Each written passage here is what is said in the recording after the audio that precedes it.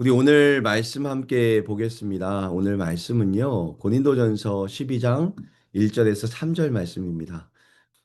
형제들아, 신령한 것에 대하여 나는 너희가 알지 못하기를 원하지 아니하노니, 너희도 알거니와 너희가 이방인으로 있을 때에 말 못하는 우상에게로 끄는 그대로 끌려갔느니라. 그러므로 내가 너희에게 알리노니 하나님의 영으로 말하는 자는 누구든지 예수를 저주할 자라 하지 아니하고 또 성령으로 아니하고는 누구든지 예수를 주시라 할 수 없느니라. 아멘. 오늘 말씀의 제목은 입술의 고백인가, 삶의 증거인가입니다. 사랑하는 성도 여러분, 오늘 본문에서 사도 바울은 고린도 교회 성도들에게 아주 중요한 권면을 시작합니다. 1절을 보세요. 형제들아 신령한 것에 대하여 나는 너희가 알지 못하기를 원하지 아니하노니. 여기서 바울이 말하는 신령한 것은 헬라어로 푸뉴마티콘이라는 단어를 썼습니다. 이 단어는 단순히 신비한 현상이나 짜릿한 영적인 느낌을 말하는 것이 아니에요.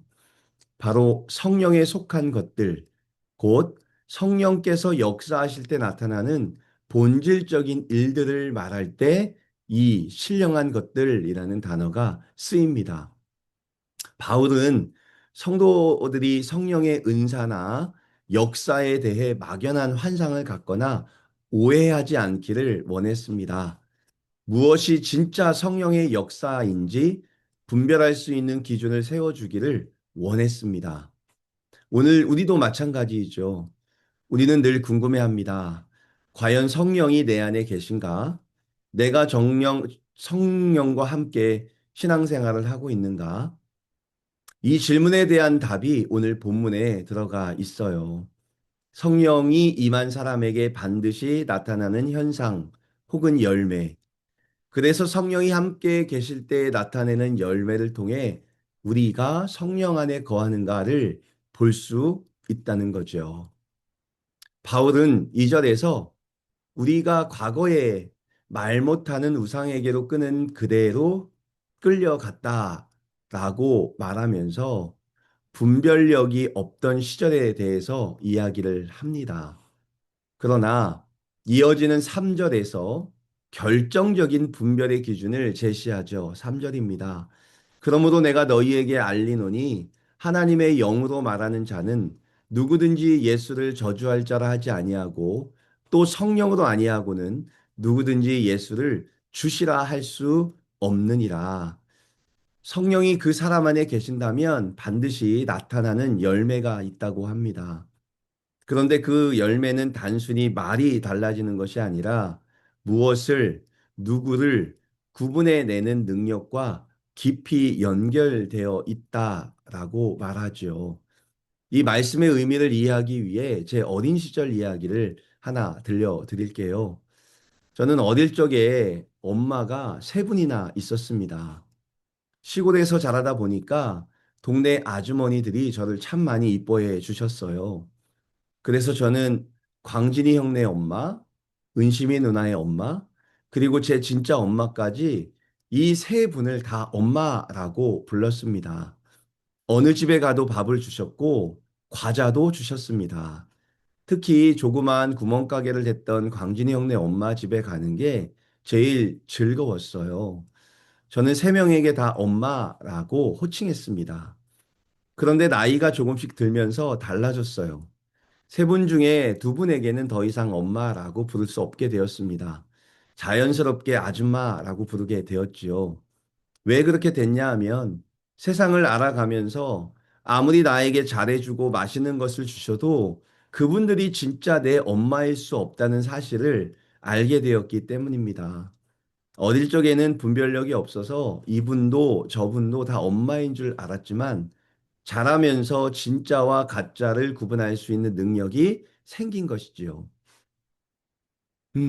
성도 여러분, 어릴 때는 분별력이 없어서 이분도 저분도 다 엄마인 줄 알았지만 자라면서 진짜와 가짜를 구분하게 되었다. 신앙도 마찬가지입니다. 성령이 임하시면 인생의 주인을 구분할 수 있는 분별력이 생긴다라고 말하고 있는 거예요. 바울이 그래서 말하지요.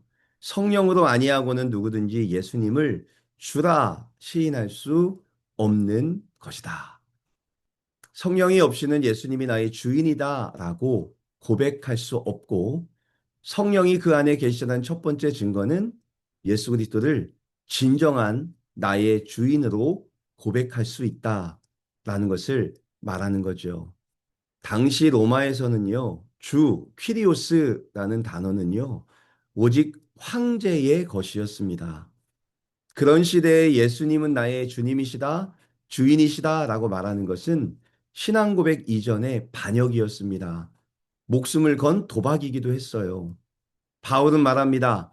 성령이 아니고서야 누가 죽음 앞에서 이런 헛소리와 같은 소리를 하겠느냐. 우리가 성경에서 보면 베드로가 나오는데요. 흔히 베드로를 비난합니다. 성령 받기 전에 베드로는 지극히 사람이 볼 때는 정상적인 사람이었습니다. 죽음의 공포 앞에서 나를 지키는 것, 위기 앞에서 일단 도망치는 것, 그것이 인간의 본능이었고 그것을 성실하게 수행하는 정상적인 사람이었습니다.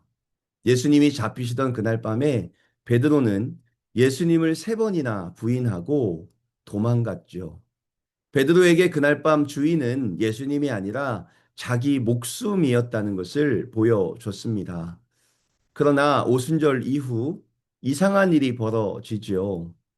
오순절 날 성령을 받은 베드로 그는 채찍을 든 유대 지도자들 앞에 서서 당황하지 않습니다. 베드로가 많은 유대 지도자들 앞에 섰을 때에 예수님이 잡히시던 그날 밤과 똑같은 상황입니다. 입을 한번 잘못 놀리면 죽습니다. 그런데 베드로의 눈빛이 달라졌어요. 비굴하게 목숨을 구걸하던 남자는 사라지고 사자처럼 당당하게 외칩니다. 당신들의 말을 듣는 것과 하나님의 말씀을 듣는 것, 그 둘 중 어느 것이 옳은지 직접 판단하십시오. 라고 당당하게 예수 그리스도를 믿는 믿음을 표출해 낸다는 거죠. 사랑하는 성도 여러분, 성령이 임한다는 것은 갑자기 성격이 좋아지거나 신비한 체험을 하는 것에 그치지 않아요. 내 인생의 결재권자가 바뀌는 사건입니다. 나를 살리고 죽이는 권세가 저 세상 권력, 황제에게 있는 것이 아니라 오직 예수 그리스도께 있음을 뼈저리게 믿어버리는 것이 바로 성령과 함께하는 사람인 것이죠. 그래서 성령의 사람은 계산기를 두드리지 않습니다. 손해가 와도 환란이 와도 내 주인의 뜻이라면 그냥 버티게 되어 있는 것이지요. 진짜와 가짜는 평안할 때 구별되지 않아요. 폭풍과 같은 위기가 닥쳐올 때 내가 끝까지 붙들고 있는 이름이 누구냐에 따라서 판가름이 납니다. 성령이 임한 사람은 위기 앞에서 계산기를 두드리는 대신 자신의 진짜 주인인 예수 그리스도의 이름을 터뜨리게 되어 있습니다. 그래서 바울은 구글절절 설명하지 않고 이렇게 단정하지요. 성령으로 아니하고는 누구든지 예수를 주라 시인할 수 없느니라. 성령이 임하시면 인생의 주인이 분명해집니다. 사랑하는 성도 여러분, 우리는 오늘 서론에서 성령이 우리 안에 계실 때 반드시 나타나는 분별의 열매가 무엇인지 살펴보았어요. 그 열매는 단순히 입술로 주여 주여 하는 소리가 아니었습니다. 위기의 순간 계산기를 두드리며 나의 생명을 연장하기 위해 시간을 써야 할 그 현장에서 내 인생의 결제의 소리를 예수님께 기꺼이 내어드리는 주권의 이동이 바로 성령이 맺게 하시는 진짜 열매라고 말하고 있지요. 바울은 분명히 선포합니다. 성령으로 아니하고는 누구든지 예수님을 주라 시인할 수 없느니라. 이 말씀은 우리가 노력해서 고백하자는 제안이 아니에요. 우리 안에 계신 성령께서 결국 우리를 그렇게 만들어 가실 거리라는 강력한 증거를 선포하고 있는 거죠. 그러므로 오늘 우리가 내가 더 노력하겠습니다라고 다짐하기 전에 내 안에 성령님께 질문해야 합니다. 성령님, 오늘도 내 삶의 현장에서 예수님이 나의 진짜 주인 퀴리오스이심을 드러내는 열매를 맺게 하여 주시옵소서.